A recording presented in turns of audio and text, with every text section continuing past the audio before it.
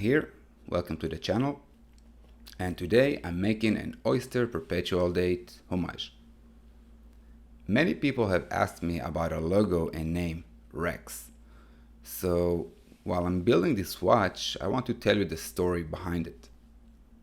It actually goes all the way back to when I was 10 years old. My mom signed me up for an after-school English class, and the teacher had this idea where every kid in the class would get an English nickname. Mine was Rexx. She gave me this plastic folder full of worksheets and stuck a label on it that said Rexx in big capital letters. Fast forward, I'm 37 now, married, running my own watch brand. One day my wife is digging through a closet at my parents' house, and she finds that old folder, and it still had the name Rexx on it. So she held it up, gave me this look, and asked, "What is this?" So I told her the story, and she started laughing, like really laughing. She said, "You have to use this." So when we started thinking about the branding, we knew we wanted something playful, something that doesn't take itself too seriously, but still feels cool and unique.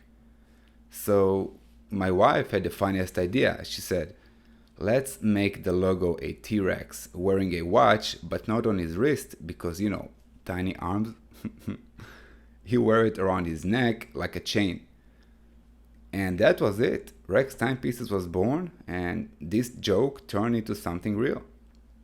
So here we are, making custom timepieces one build at a time. Now let's get back to the build.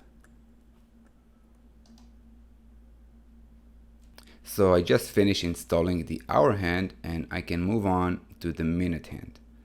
So first thing, I will position the minute hand on top of the hour hand, but on its own wheel.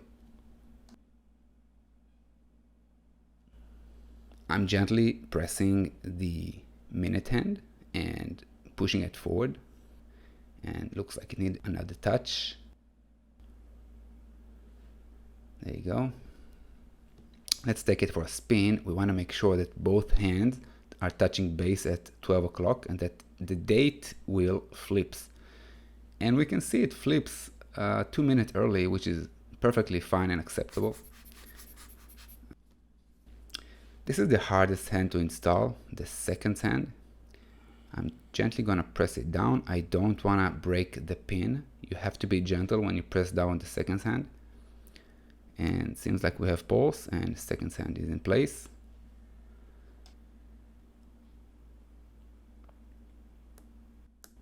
Now I'm going to position all the hands one on top of the other, and I want to make sure that we have perfect gaps between each hand throughout the entire length of the hand. And the gap look absolutely perfect, as you can see. The hands are not touching each other. And look at this dial. Just beautiful. I really love the golden indices. Let's flip the dial.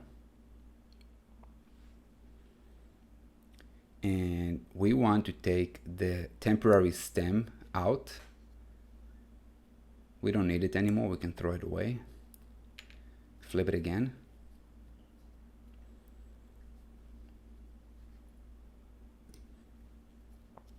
This is our case. Let's peel off the protective sticker. This time we only have one, which is kind of shame because I love taking off the protective stickers. Let's clean it up a little bit because it's really dirty.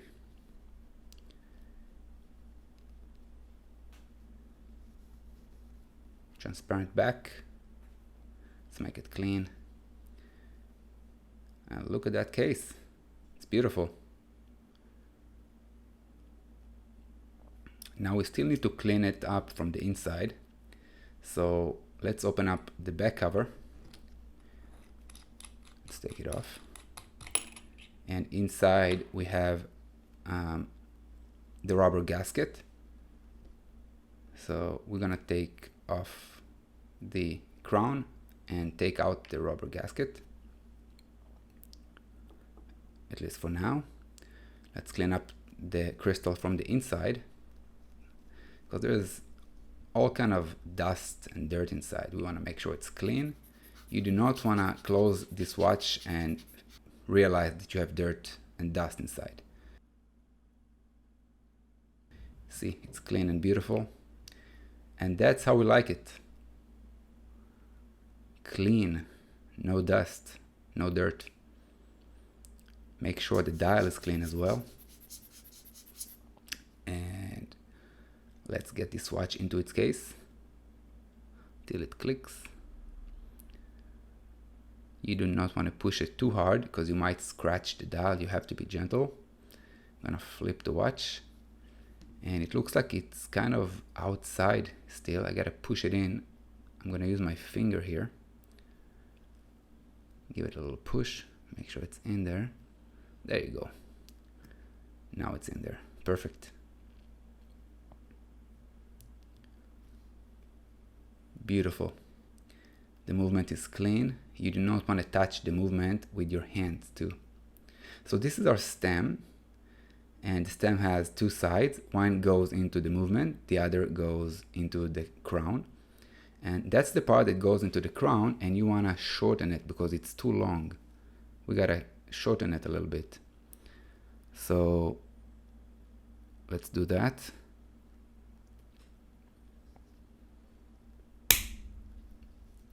There you go. We can get rid of that part. We don't need that anymore. Now the edge is a little smushed because we kind of cut it. So we gotta smooth it out a little bit. So we're gonna use the Dremel to smooth out the edge of the stem.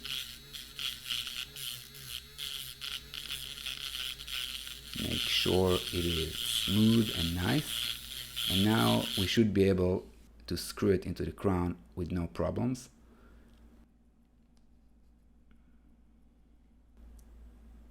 And it looks perfect. We screw it all the way in.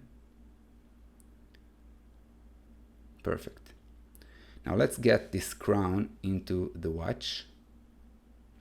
The stem gets into its hole. Now we're gonna screw down the crown, and once the crown is screwed all the way in, you want to make sure that you have no gaps between the crown and the case. And we have no gaps, and that's perfect. Now we're going to lubricate the rubber gasket. This will help us keep the watch sealed for water and dust, and it will expand the lifespan of the gasket.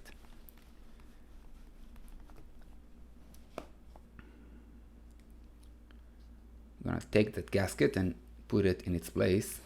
It's like a little socket in the watch case, as you can see, and we're gonna push it in gently, making sure it's in there.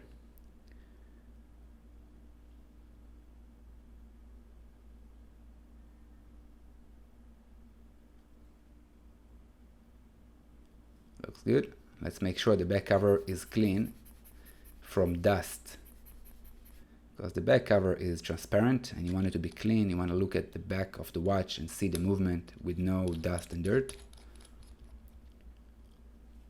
I think I'm going to use the rubber ball here to tighten it.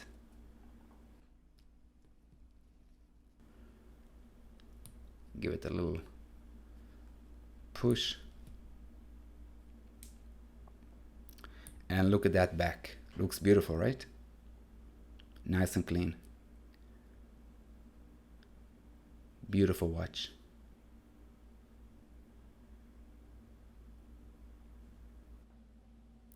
That's it for today. Hope you guys enjoyed the video. Don't forget to like and subscribe, and I'll see you at the next build.